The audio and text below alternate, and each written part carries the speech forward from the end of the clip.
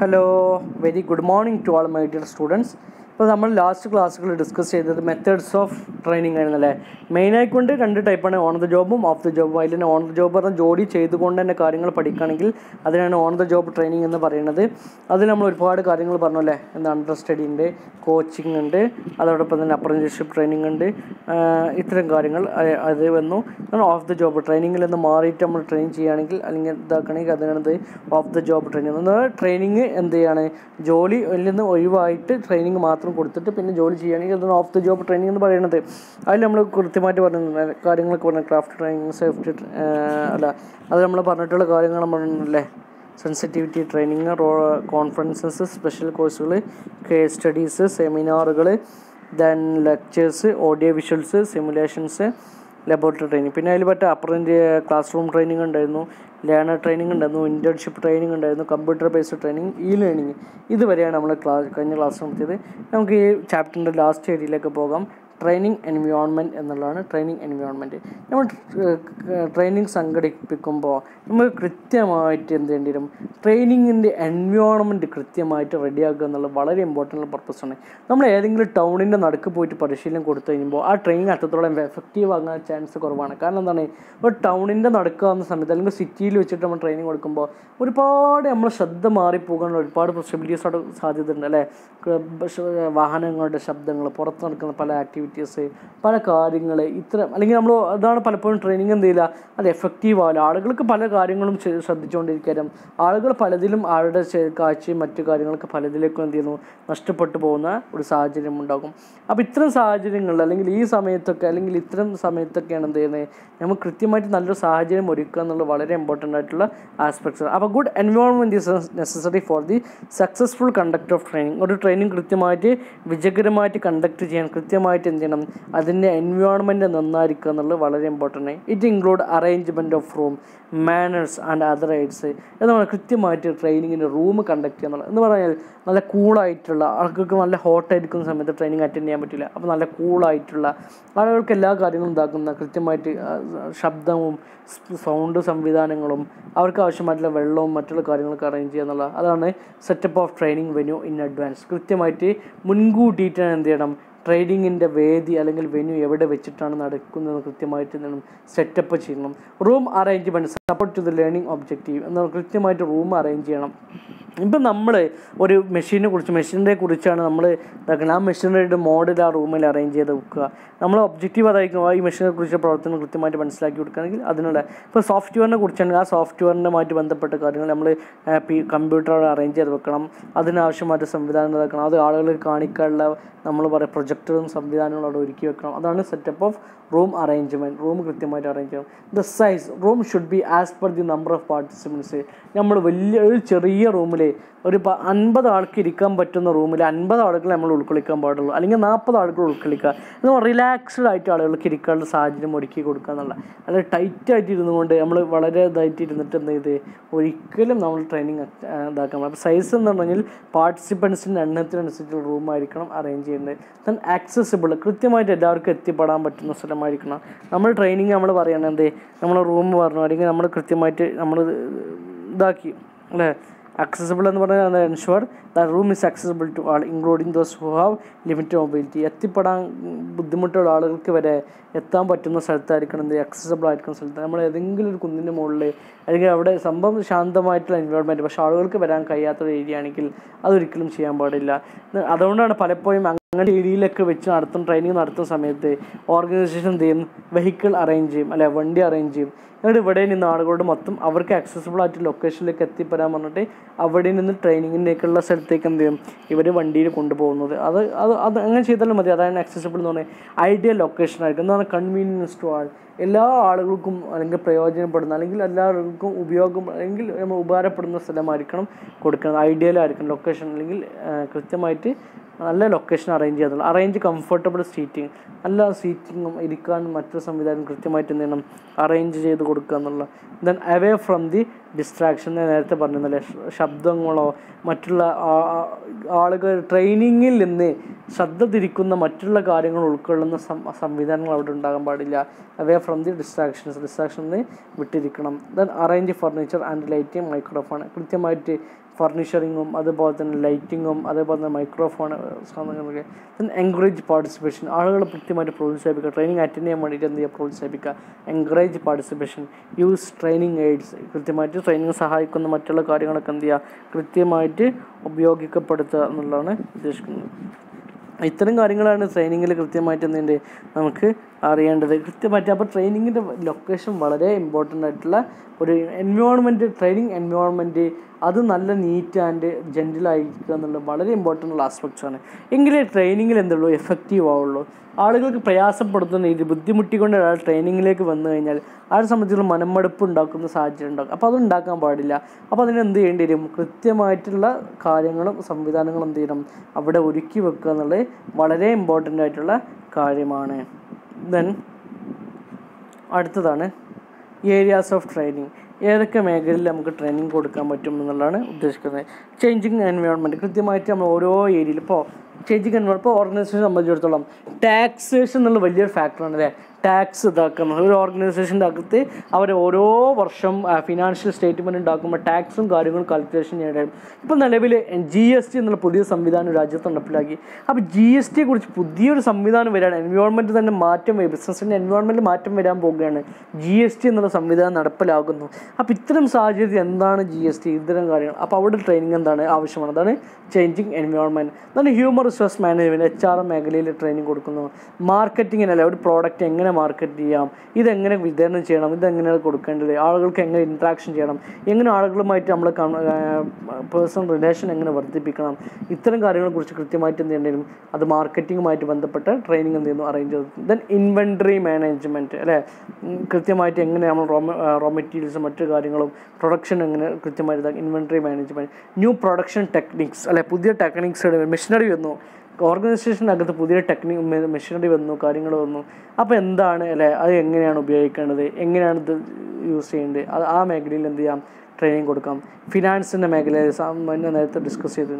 Technological changes നമ്മൾ discuss ചെയ്തു. Knowledge enhancement, ആളുകൾക്ക് അറിവ് മറ്റുള്ള കാര്യങ്ങൾ വർദ്ധിപ്പിക്കുക, ഈ കാര്യങ്ങൾ എന്ത് ചെയ്യാം, നമുക്ക് പരിശീലനം കൊടുക്കാവുന്നതാണ്. ഇതാണ് ഏരിയാസ് ഓഫ് ട്രെയിനിങ് നമുക്ക് ഡിസ്കസ് ചെയ്തു. ദെൻ ട്രെയിനിങ് ഇവാലുവേഷൻ, ഇത് വളരെ ഇമ്പോർട്ടൻ്റ് ആയിട്ടുള്ള കാര്യമാണ്. ഒരു ട്രെയിനിങ് സംഘടിപ്പിച്ച് കഴിഞ്ഞാൽ ആ ട്രെയിനിങ് ആളുകൾക്ക് യൂസ്ഫുൾ ആയോ ഇല്ലയോ എന്നെന്തെങ്കിലും കൃത്യമായിട്ട് മനസ്സിലാക്കുക എന്നുള്ളതാണ് അതുകൊണ്ട് ഉദ്ദേശിക്കുന്നത്. ഇപ്പോൾ ട്രെയിനിങ്ങൊക്കെ കഴിഞ്ഞ് എല്ലാവരും ഭക്ഷണം കഴിച്ച് നല്ല താമസമൊക്കെ കിട്ടി, എല്ലാവരും സന്തോഷത്തിൽ ഗിഫ്റ്റൊക്കെ കിട്ടി അവർ വീട്ടിലേക്ക് പോയാൽ പോരാ. എന്തുകൊണ്ട് വരും, the training should be implemented in there work, അവരുടെ വർക്കിൽ ഇംപ്ലിമെൻറ്റ് ചെയ്യണം. And it should make A change in there working result, എന്ത് ചെയ്യേണ്ടി വരും, അവരുടെ വർക്ക് റിസൾട്ട് കൃത്യമായിട്ട് മാറ്റം വരും. അതാണ് ഉദ്ദേശിക്കുന്നത് training evaluation. The process of examining a training programme, ഒരു ട്രെയിനിങ് പ്രോഗ്രാം പരിശോധിക്കുക, എക്സാമിൻ ചെയ്യുന്ന പ്രോസസ്സിനാണ് എന്താ പറയുക, evaluation. It checks whether training has had the desired effect, ട്രെയിനിങ്ങിന് കൃത്യമായിട്ടുള്ള റിസൾട്ട് ഉണ്ടാക്കാൻ പറ്റിയോ, എഫക്റ്റ് ഉണ്ടാക്കാൻ പറ്റിയോ ഇല്ല എന്ന് ചെക്ക് ചെയ്യലാണിത് ട്രെയിനിങ് ഇവാലുവേഷൻ എന്ന്. According to Ellington 1993 Ellington define ചെയ്തിട്ടുള്ളതാണ് എന്താ ട്രെയിനിങ് ഇവാലുവേഷൻ എന്ന് പറഞ്ഞാൽ. ഇറ്റ് ഈസ് ദി കളക്ഷൻ, അത് കളക്ഷനാണ്, analysis and interpretation of information. നമ്മൾ വിവരങ്ങൾ കളക്ട് ചെയ്യുന്നു, അത് അനലൈസ് ചെയ്യുന്നു, അത് ഇൻ്റർപ്രറ്റ് ചെയ്യുന്നു എന്നതിനെക്കുറിച്ചുള്ള ഇൻഫർമേഷനാണ്. About any aspects of a programme of education or training as part of recognised process of judging its effectiveness, its efficiency and any other outcomes it may have. ഒന്നുകൂടി പറയാം. According to Ellington in 1993, he defines training evaluation is the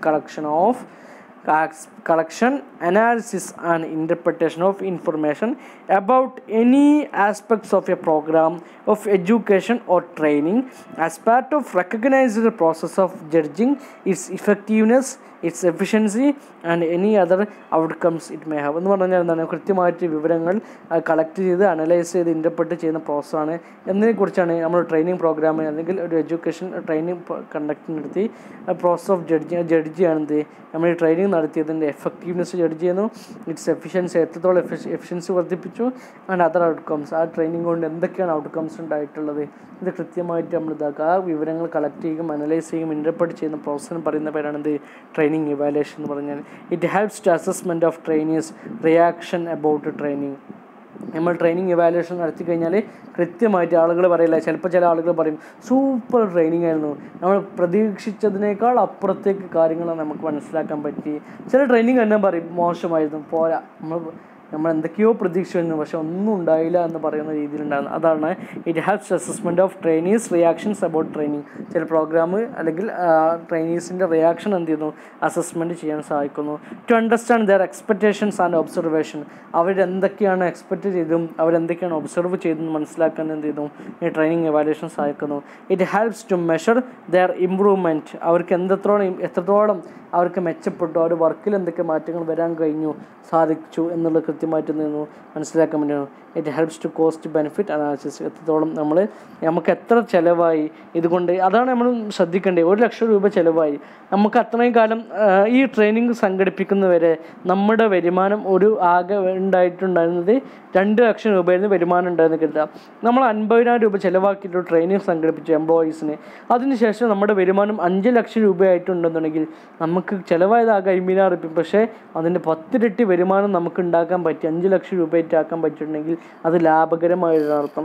ഇനി നമ്മുടെ വരുമാനം ഒന്നും മാറ്റം സംഭവിച്ചിട്ടില്ല എന്നുണ്ടെങ്കിൽ ആ ട്രെയിനിങ് ഇഫക്റ്റീവ് ആയിട്ടില്ല എന്നുള്ളതാണ് അർത്ഥമാക്കുന്നത്. അത്തരം കാര്യങ്ങളാണ്.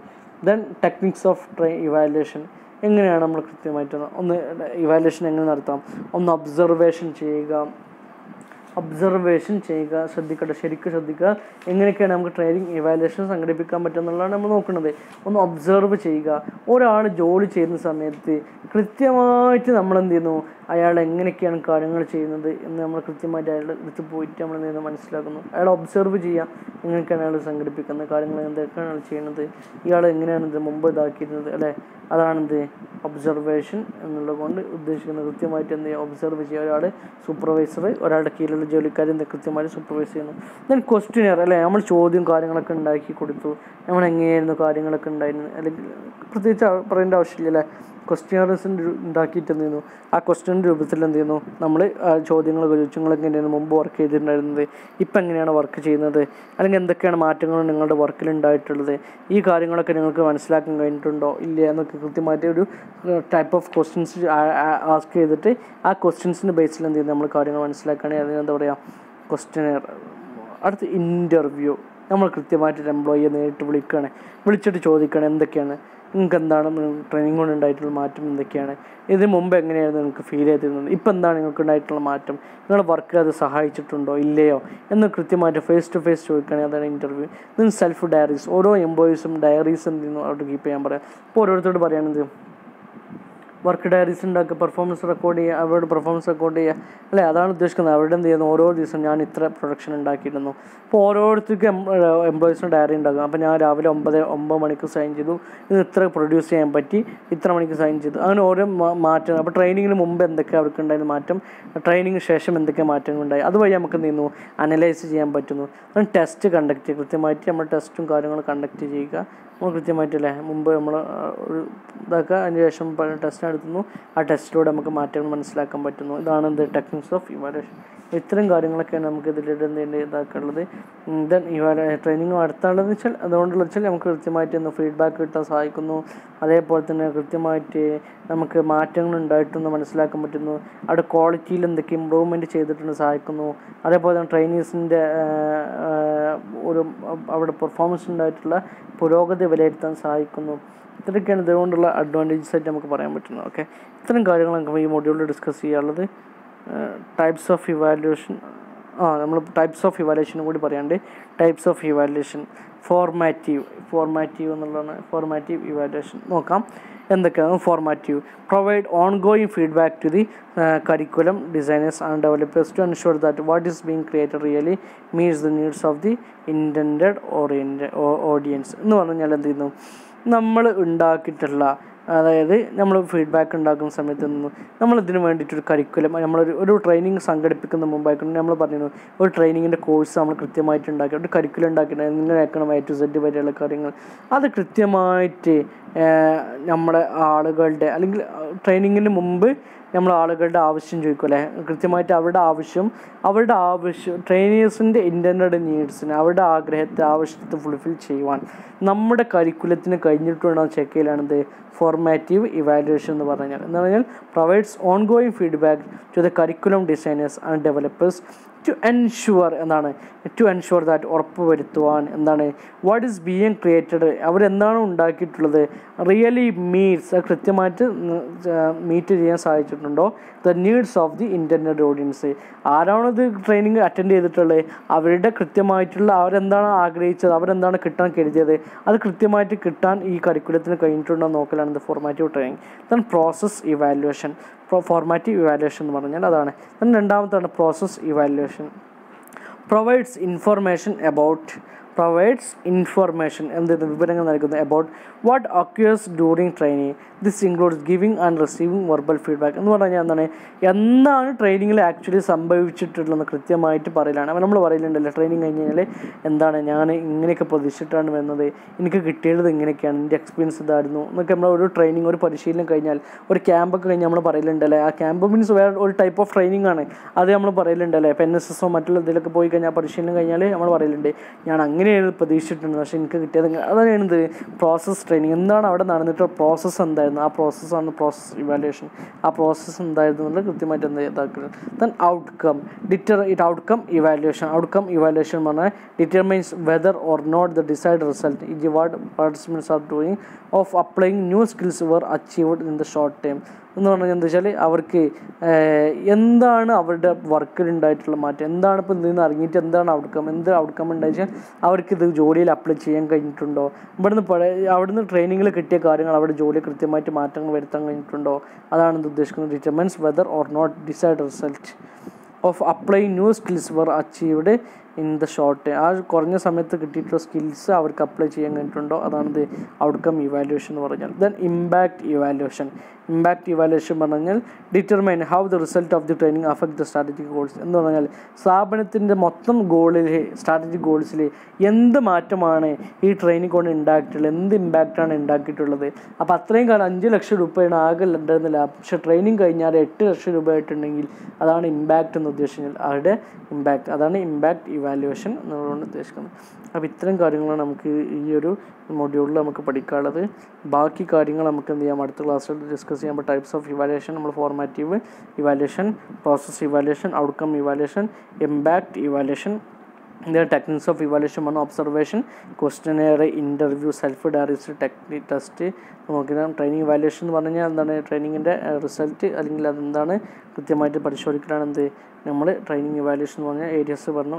Change environment, HRM, marketing, inventory management, new production technique, finance, technological changes, knowledge enhancement ഒക്കെയാണ് training environment. Good training environment necessary ആണ് എന്തിന് കൃത്യമായിട്ട് ട്രെയിനിങ് അറേഞ്ച് ചെയ്യാൻ അത് ഉണ്ടാക്കണം. കൃത്യമായിട്ട് റൂം അറേഞ്ച് ചെയ്യുക, ലൊക്കേഷൻ കൃത്യമായിട്ട് ഇതാക്കുക, അതുപോലെ തന്നെ സീറ്റിംഗ് അറേഞ്ച് ചെയ്യുക, മറ്റുള്ള കാര്യങ്ങളൊക്കെ അറേഞ്ച് ചെയ്യുക. ഓക്കെ, ബാക്കി കാര്യങ്ങൾ നമുക്ക് എന്ത് ചെയ്യാം അടുത്ത ക്ലാസ്സിൽ നമുക്ക് എന്ത് ചെയ്യാം ഡിസ്കസ് ചെയ്യാം. തൽക്കാലം നമുക്ക് ഇവിടെ ക്ലാസ് എന്ത് ചെയ്യാം വൈൻഡപ്പ് ചെയ്യാം. Okay, thank you so much. ഇനി നമുക്ക് ഡിസ്കസ് ചെയ്യാനുള്ള എന്താണ് പെർഫോമൻസ് അപ്രൈസലുമായിട്ട് ബന്ധപ്പെട്ട്. അപ്പോൾ നമ്മൾ ട്രെയിനിങ് വരെ സംഘടിപ്പിച്ചു. ഇനി അടുത്ത മൊഡ്യൂൾ എന്ന് പറഞ്ഞാൽ പെർഫോമൻസ് അപ്രൈസലാണ് അല്ലേ. എന്താണ് അവരുടെ പെർഫോമൻസും അപ്രൈസും, കരിയർ പ്ലാനിങ്, കരിയർ ഡെവലപ്മെൻറ്റ് നമ്മൾ ഡിസ്കസ് ആക്കി.